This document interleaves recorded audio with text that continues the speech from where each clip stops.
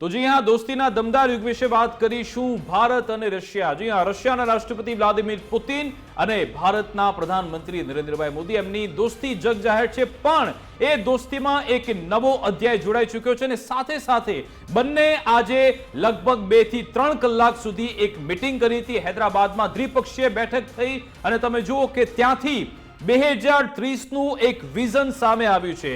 ભારત અને રશિયાના સંબંધો 2030 સુધીમાં કેવા બનાવવા, એ પછી આર્થિક મોરચે હોય, રણનીતિક મોરચે હોય, સૈન્ય ક્ષેત્રે હોય કે સાંસ્કૃતિક ક્ષેત્રે, એ તમામ ક્ષેત્રે ભારત અને રશિયાના દેશોના આ સંબંધને મજબૂત બનાવવા માટે પ્રયત્ન થઈ રહ્યા છે અને એની આજે એક પ્રકારની ઝલક આપણને જોવા મળી. ગઈકાલે પણ આપણે જોયું હતું, પ્રધાનમંત્રી મોદી જ્યારે પાલમ એરપોર્ટ પર જ્યાં રાષ્ટ્રપતિ પુતિનને રિસીવ કરવા ગયા હતા, એ પ્રોટોકોલ તોડીને ગયા હતા અને પછી ક્રેમલિને પણ કહ્યું હતું, અમે આશ્ચર્યચકિત છીએ કે પ્રધાનમંત્રી મોદી પોતે એમને રિસીવ કરવા આવ્યા. ત્યાંથી જ નહીં, પરંતુ જેવું એમને વામ હક પણ આપ્યું અને પ્રધાનમંત્રી મોદી પોતાની કારમાં બેસાડીને એમને રાષ્ટ્રપતિ પુતિનને પ્રાઇવેટ ડિનર માટે લઈ ગયા હતા. આજના સવારના દ્રશ્યો જોયા, એ પણ ઐતિહાસિક હતા, જ્યાં આપણે જોયું કે જ્યારે રાષ્ટ્રપિતા મહાત્મા ગાંધીને જ્યારે ત્યાં પહોંચ્યા હતા શ્રદ્ધાંજલિ અર્પણ કરવા માટે, ત્યાં પણ એક વિશિષ્ટ એમણે નોટ લખી હતી. એમાં જે શબ્દોનો ઉપયોગ કર્યો હતો રાષ્ટ્રપતિ પુતિને, એની પણ ખૂબ ચર્ચા થઈ રહી છે. અને પછી જ્યારે દ્વિપક્ષીય બેઠક થાય છે, પ્રધાનમંત્રી એમ કહે છે રશિયા યુક્રેન યુદ્ધ વિશે કે યુક્રેન યુદ્ધ પર ભારત ક્યારે પણ ન્યુટ્રલ ન રહી શકે.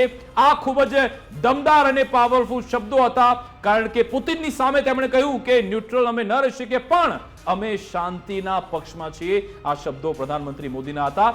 ભારત માટે આજે ઘણા બધા એવા એમઓયુ છે કે જે કરવામાં આવ્યા છે. પુતિન તરફથી આશ્વાસન પણ આપવામાં આવ્યું છે કે બેક ચેનલ જે ઓઇલ આપવાની વાત છે, એ વાત પણ ચાલુ રહેશે. અને જે સવાલ થતો હતો કે અમેરિકાએ તો આપણા ભારત દેશ પર જે ટેરિફ લાદ્યો છે, એનું મુખ્ય કારણ બતાવ્યું હતું કે ભાઈ તમે રશિયા પાસેથી ઓઇલ કેમ ખરીદો છો, એના કારણે તમારા પર ટેરિફ લગાવે છે. એનો જવાબ પણ પુતિને પોતે આપ્યો છે.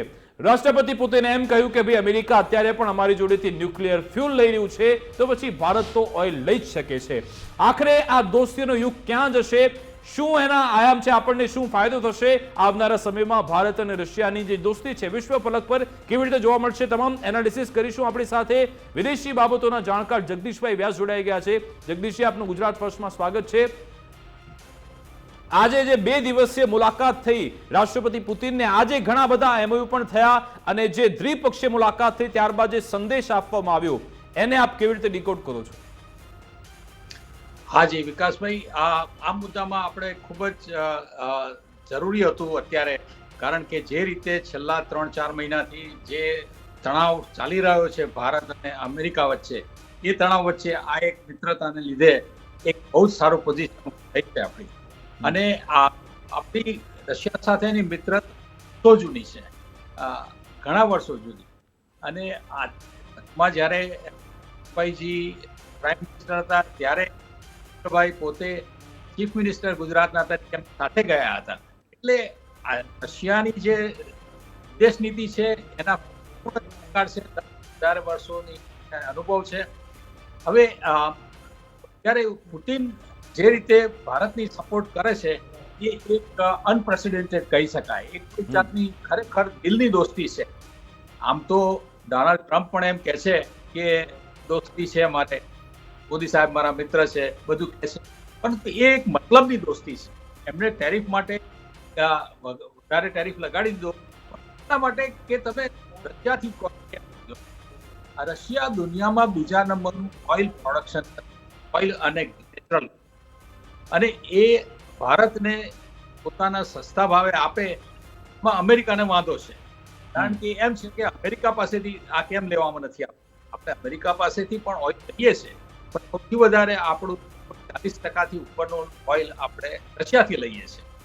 અને પુતિનને માટે એ છે કે એને રશિયા, ચાઇના અને ઇન્ડિયા ત્રણેય એને સાથે રાખવા છે.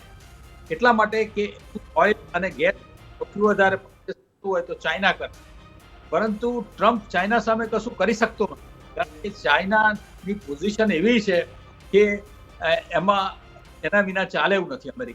અમેરિકાની ઇકોનોમીમાં કન્ઝ્યુમર 75% આઇટમ્સ, 75% બિઝનેસ ચાઇના પાસે છે. એ રીતે ભારતમાં પણ એક બહુ મોટું માર્કેટ છે. હવે એટલા માટે જ અત્યારે પુતિન એ રીતે જુએ છે કે energy, construction, nuclear technology, defence, metals, minerals એની પાસે ઘણા છે અને આ એગ્રીકલ્ચર એટલું બધું આપી શકે એમ છે. એટલે આપણે ઘણું બધું રશિયા સાથેથી લઈ શકીએ એમ છે. એટલે જ આપણે 100 બિલિયનનું આપણે 5 વર્ષમાં કરેલું છે. પરંતુ વિકાસભાઈ એ છે જાણવું કે અમેરિકા સાથે આપણે દુશ્મનાવટ કરી શકીએ નથી, ઓછા એમ નથી. ભારત દર વર્ષે 4.5 લાખ કરોડ રૂપિયાનો બિઝનેસ અમેરિકા કરે છે. આજની તારીખમાં ભારતનો સૌથી મોટો ગ્રાહક તો અમેરિકા છે. એટલે એને કોઈ પણ રીતે આપણે એને નેગોશિએશન કરીને ટેરિફ ઘટાડીને સાથે બિઝનેસ કરવો જોઈએ. ભવિષ્યમાં ભલે આપણે રશિયા સાથે બીજા બધા કન્ટ્રી સાથે પણ બિઝનેસ કરીશું. આજની તારીખમાં જોયું છે કે આપણે આપણું એક્સપોર્ટ ડાઉન છે, આપણો રૂપિયો ડાઉન થયા છતાં પણ હજી એક્સપોર્ટ એટલું થઈ શક્યું નથી અમેરિકામાં. એમાં ત્યાંના બાયરનો પણ એમાં ભાગ છે, કારણ કે એ લોકોને પોસાતું નથી. 10% ઉપરથી આપીને પોસાતું નથી. એટલે અમેરિકાની જનતા પણ નારાજ છે કે એમને બધું એટલી બધી મોંઘવારી વધી ગઈ છે. આ બાજુ ભારત એટલું સારું છે આપણી પોઝિશન કે આપણે એક્સપોર્ટ ઉપર નભતા નથી. ઘણા દેશો એવા છે કે જે 100% અમેરિકાના એક્સપોર્ટ ઉપર નભતા હોય. એટલે ભારત જ્યારે આપણે સેલ્ફ સફિશિયન્ટ થઈ રહ્યા છે, આત્મનિર્ભરની તરફ જઈ રહ્યા છીએ, એટલે આપણે જોયું કે આ બધી વસ્તુઓ જે ઇમ્પોર્ટ કરતા હતા, દાખલા તરીકે ઇલેક્ટ્રોનિક્સ, તો આપણે અત્યારે ઇલેક્ટ્રોનિક્સ એક્સપોર્ટ કરતા થઈ ગયા. એટલે પુતિન પણ એ જ જુએ છે. હવે રશિયા સાથે આપણે દોસ્તી સાચી, પણ એમની વસ્તી ખાલી 14.6 કરોડ લોકોની છે, અમેરિકા 38 કરોડ. એટલે માર્કેટ મોટું તો અમેરિકા છે જ. એટલે બે બાજુ આપણે સાચવવું પડશે.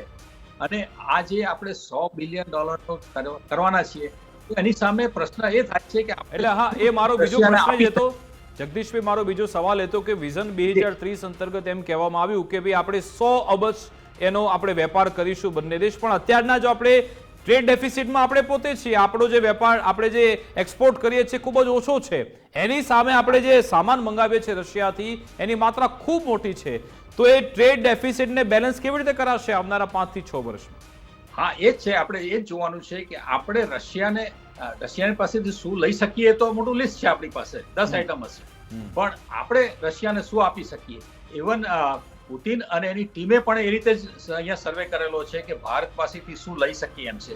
આપણે અત્યારે એક્સપોર્ટમાં આપણી જો એકદમ સારામાં સારી પોઝિશન હોય તો એક ફાર્માસ્યુટિકલ પ્રોડક્ટ છે, જે આપણે અમેરિકામાં પણ કરીએ છીએ અને દુનિયાના ઘણા કન્ટ્રીમાં કરીએ છીએ. બીજું છે ઓટોમોબાઈલ્સ અને ઓટોમોબાઈલ્સના પાર્ટ્સ. આપણે દુનિયાની દિવસે વધારે આપણે એક્સપોર્ટ કરીએ છીએ. તમને સમાચાર મળી ગયા હશે, જાપાનની અંદર આપણી મારુતિ કાર અહીંથી એક્સપોર્ટ થાય છે. જાપાન એક એવો દેશ છે કે જે વર્લ્ડની સારામાં સારી કાર બનાવે છે વર્ષોથી. તો એ દેશને અત્યારે સુઝુકીએ આપણી મારુતિ કારને ત્યાં આગળ એક્સપોર્ટ કરાઈ છે. એટલે આપણે કરી શકીએ એમ છે. એટલે આપણે અમુક વસ્તુઓ એને રશિયાને આપી શકીએ એમ છે, પણ કેટલી હદ સુધી? એટલા માટે જે 100 બિલિયનની વાત છે બહુ સારી છે, પણ 5 વર્ષની વાત છે. ભલે 5 વર્ષ સુધીનો આપણે સારામાં સારું રોડ મેપ તૈયાર કર્યો છે, એની બ્લુપ્રિન્ટ તૈયાર છે, એ બધું બરાબર છે. પણ ભારતને અત્યારે સંરક્ષણ માટે રશિયા ખૂબ સારી મદદ કરી રહ્યું છે. અને આપણી જ્યારે પરિસ્થિતિ એવી હતી કોરોના વખતે, ત્યારે પણ અને આપણે સિંદૂરનું જે બન્યો ત્યારે પણ આપણને બ્રહ્મોસ બનાવવામાં, એ સિવાય અત્યારે પણ ટેકનોલોજી આપવા તૈયાર. ભારતની પોઝિશન અત્યારે એટલી સારી છે કે ઇવન ફ્રાન્સ પણ એમ કહે છે કે અમે આ જેટ પ્લેન બનાવવાની ટેકનોલોજી ભારતને આપવા તૈયાર છે. અત્યાર સુધી રશિયા નહોતું તૈયાર અને ફ્રાન્સ પણ નહોતું. એટલે હવે ભારતે પોતાની લીટી એટલી મોટી કરેલી છે, એટલે મને લાગે છે કે આપણે બહુ ડિપેન્ડ થવાની જરૂર નથી. પણ આપણે શું રશિયાને આપી શકીએ એ જોવાની જરૂર છે, પણ not at the cost of. પણ આપણે એટલે સ્ટ્રેટેજિક ઓટોનોમી એ તરફ આગળ વધી જ રહ્યા છે. પણ આપણે બધા ફાયદા તો ગણાવ્યા, શું કોઈ ખતરો છે ખરા વધુ પ્રતિબંધનું? કારણ કે જે રીતે ભારત રશિયા સતત આગળ વધી રહ્યા છે, વધારે મજબૂતાઈથી આગળ વધી રહ્યા છે, અલગ અલગ એમઓયુ થઈ રહ્યા છે, એની વચ્ચે જ્યારે પશ્ચિમી દેશ છે નારાજ ચાલી રહ્યા છે, અને એમાં પણ ખાસ ડોનાલ્ડ ટ્રમ્પની વાત કરીએ, શું બીજા કોઈ પ્રતિબંધનો ખતરો આમાં હોઈ શકે છે જે રીતે ભારત રશિયા આગળ વધી રહ્યું છે એમાં? ના, એટલે હજી આપણે આ 50% ટેરિફ પર કદાચ પકડી રાખશે, પરંતુ એ સિવાયના જે અમુક પરિબળો છે, જેમ કે ફાર્માસ્યુટિકલ્સ પ્રોડક્ટ વિના એનું ચાલે એમ નથી, એટલે એમણે એની ઉપરથી બિલકુલ ટેરિફ નાબૂદ કરી નાખ્યો. એ જ રીતે ત્યાંની ટેકનોલોજી કંપનીઓ હવે ધીરે ધીરે ભારતમાં આવી રહી છે, એક ચાઇનાના વિકલ્પ તરીકે. અને બીજું, અત્યારે જે રીતની અમેરિકાની પોઝિશન છે, અમેરિકા કોઈ મેન્યુફેક્ચરિંગ કરી શકે એમ જ નથી. એટલા માટે એને 5-10 વર્ષનો ટાઈમ શરૂ કરવો પડશે. એટલે અત્યારે મોટી મોટી કંપનીઓ ભારત આવી રહી છે, અને આપણે જોયું છે કે એ લોકોએ હજારો એમ્પ્લોયમેન્ટ ઊભા કર્યા છે અને અહીંયા બનતા જાય છે. આઈફોન એક બહુ મોટો ક્લાસિક એક્ઝામ્પલ છે કે ભારતની અંદર બનતો થઈ ગયો છે અને ધીરે ધીરે ચાઇનામાંથી ઓછું કરીને ભારત તરફ જઈ રહ્યા. એટલે આ પરિબળને જોતા, કારણ કે ડોનાલ્ડ ટ્રમ્પ ભલે એમનો એટીટ્યુડ બહુ જ ખરાબ છે, પરંતુ આપણે જોઈએ તો રિપબ્લિકન પાર્ટીની જે સ્ટ્રેટેજી છે એ ખરેખર સુંદર છે. હવે આપણે ખોટા ખર્ચા ઘટાડવા છે, જે રીતે આ પહેલાની સરકારે યુક્રેનને એટલા બધા સાધનો આપ્યા, બિલિયન્સ ઓફ ડોલર, અને એનું દેવું 7 ટ્રિલિયન હતું, એમાંથી 35 ટ્રિલિયન 4 વર્ષમાં 5 ગણું દેવું વધારી દીધું છે. એટલે રિપબ્લિકન પાર્ટીને કટિંગ કરવા માટે કોઈ પણ દેશ આટલો જ્યારે દેવાદાર થઈ જાય ત્યારે પછી એવા પગલાં લેવા પડે, અને ટેરિફનો પગલું જરૂરી છે, પરંતુ આવું હાર્શ પગલું લેવું, હમણાં જ એલન મસ્કે બહુ સરસ કોમેન્ટ કરી છે કે જુદા જુદા દેશો સાથે જુદો આ રીતે ટેરિફ લગાડવો એ યોગ્ય નથી. અને એણે બીજું સ્ટેટમેન્ટ કર્યું છે કે ભારતની જે છે H1 વિઝા એ પર એટલી જરૂર છે. ત્યાંના આપણે માણસો ભલે મોટી કંપનીના સીઈઓ તો થયા છે, પણ બધી મોટી કંપનીના 30-35% એમ્પ્લોય ભારત વધી રહ્યા છે. એટલે એ રીતે પણ અમેરિકા ભલે ડીલ થશે અત્યારે થોડો સમય માટે આ થશે, પરંતુ જેમ ચાઇના સાથે એમણે કોમ્પ્રોમાઇઝ કર્યો છે, કારણ કે આમ તો ચોખ્ખું જ પડે એવું છે, એવું ભારત સાથે પણ કરે. અને રશિયાની પ્રાયોરિટી એવી છે કે જો આ રીતે ભારત સાથે સારા રિલેશન રાખવા જ છે, એમને રહેશે જ, એની મને ખાતરી છે. પરંતુ જે અમેરિકાએ રિસ્ટ્રિક્શન્સ મૂકેલા છે એ રિસ્ટ્રિક્શન્સ ઉઠાઈ લે તો રશિયા વધારે સારું રહી શકે એમ છે. યુરોપ અત્યારે બહુ જ ડિપ્રેશનમાં ચાલી રહ્યું છે. આપણને ખબર છે જર્મનીમાં 3 વર્ષમાં બહુ જ ખરાબ હાલત થઈ ગઈ છે. એટલે બીજા કન્ટ્રી, યુરોપિયન કન્ટ્રીઝને પણ રશિયા વિના ચાલે એવું નથી, રશિયા ઓઇલ લેશે જ. અને આ એક અત્યારે ટ્રમ્પની એવી જીત છે પૂરો કરવા માટે જો ભારત ઉપર દબાણ આપે તો કદાચ એના રસ્તો નીકળશે.